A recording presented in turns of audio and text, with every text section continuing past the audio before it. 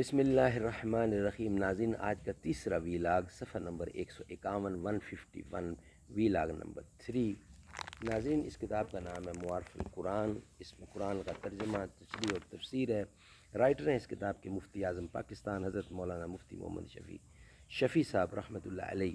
سورۃ الفاتح سے لے کر سورۃ البقرہ تک، پارہ نمبر 1 سے لے کر پارہ نمبر 3 تک رکوع ہیں اس کے 8۔ کتاب کا نام ہے معارف القرآن اور رائٹر ہیں اس کے مفتی اعظم پاکستان حضرت مولانا مفتی محمد شفیع صاحب رحمۃ اللہ علیہ۔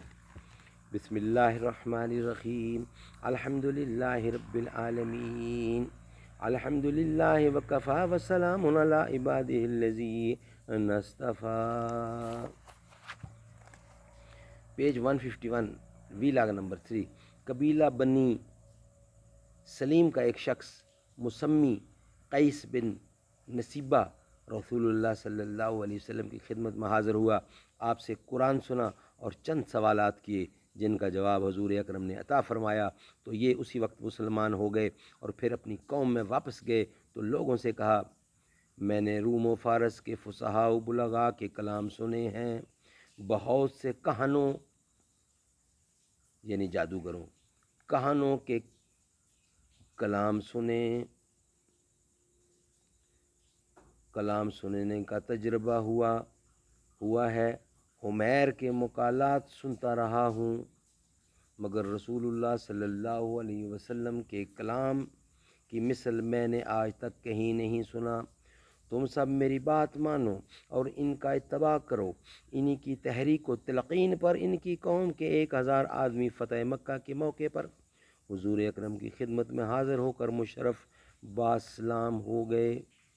یہ اقرار و تسلیم صرف ایسے ہی لوگوں سے منقول نہیں جو آپ کے معاملات سے یکسو اور غیر جانبدار تھے، بلکہ وہ لوگ ہر وقت ہر طرح رسول اللہ صلی اللہ علیہ وسلم کی مخالفت میں لگے ہوئے تھے۔ قرآن کے متعلق ان کا بھی یہی حال ہوتا تھا، مگر اپنی ضد اور حسد کی وجہ سے اس کا اظہار لوگوں پر نہ کرتے۔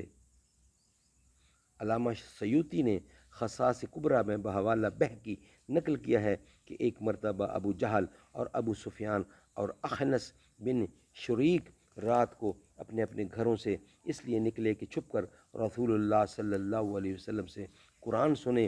ان میں ہر ایک علیحدہ علیحدہ نکلا، ایک کی دوسرے کو خبر نہ تھی اور علیحدہ علیحدہ گوشوں میں چھپ کر قرآن سننے لگے تو اس میں ایسے محو ہوئے کہ ساری رات گزر گئی۔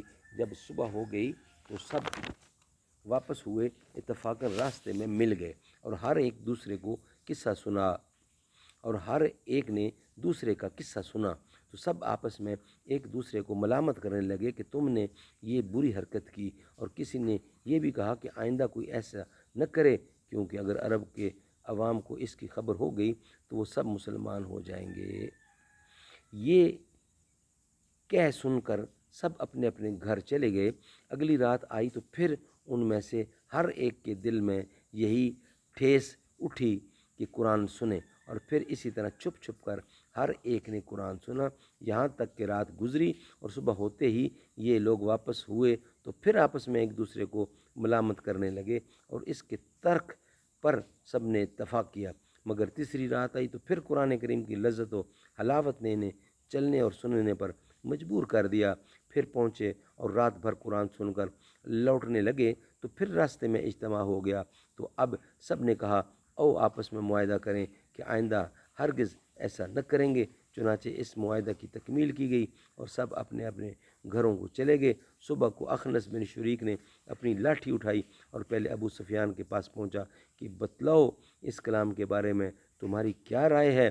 اس نے دبے دبے لفظ میں قرآن کی حقانیت کا اعتراف کیا تو اخنس نے کہا کہ بخدا میری بھی یہی رائے ہے۔ اس کے بعد وہ ابو جہل کے پاس پہنچا اور اس سے بھی یہی سوال کیا کہ تم نے محمد کے کلام کو کیسا پایا؟ ابو جہل نے کہا، صاف بات یہ ہے کہ ہمارے خاندان اور بنو عبد مناف کے خاندان میں ہمیشہ سے چمک چلی آتی ہے۔ قوم کی سیادت و قیادت میں وہ جس محاذ پر آگے بڑھنا چاہتے ہیں ہم ان کا مقابلہ کرتے ہیں۔ انہوں نے سخاوت و بخشش کے ذریعے قوم پر اپنا اثر جمانا چاہا تو ہم نے ان سے بڑھ کر یہ کام کر دکھلایا۔ انہوں نے لوگوں کے ذمہ داریاں اپنے سر پر لیں، تو ہم اس میدان میں بھی ان سے پیچھے نہیں رہے، یہاں تک کہ پورا عرب جانتا ہے کہ ہم دونوں خاندان برابر حیثیت کے مالک ہیں انشاءاللہ۔ ان حالات میں ان کے خاندان سے یہ آواز اٹھی کہ ہمارے میں ایک نبی پیدا ہوا ہے جس پر آسمان سے وحی آتی ہے۔ اب ظاہر ہے کہ اس کا مقابلہ ہم کیسے کریں، اس لیے ہم نے تو یہ طے کر لیا ہے کہ ہم زور اور طاقت سے اس کا مقابلہ کریں گے اور ہرگز ان پر ایمان نہ لائیں گے۔ یہی قرآن کا وہ کھلا ہوا معجزہ جس کا دشمنوں کو بھی اعتراف کرنا پڑا۔ یہ تمام واقعات علامہ جلال الدین سیوطی نے خصائص الکبریٰ میں نقل کیے ہیں۔ اللہ تعالیٰ سمجھ بوجھ دے، آمین ثم آمین۔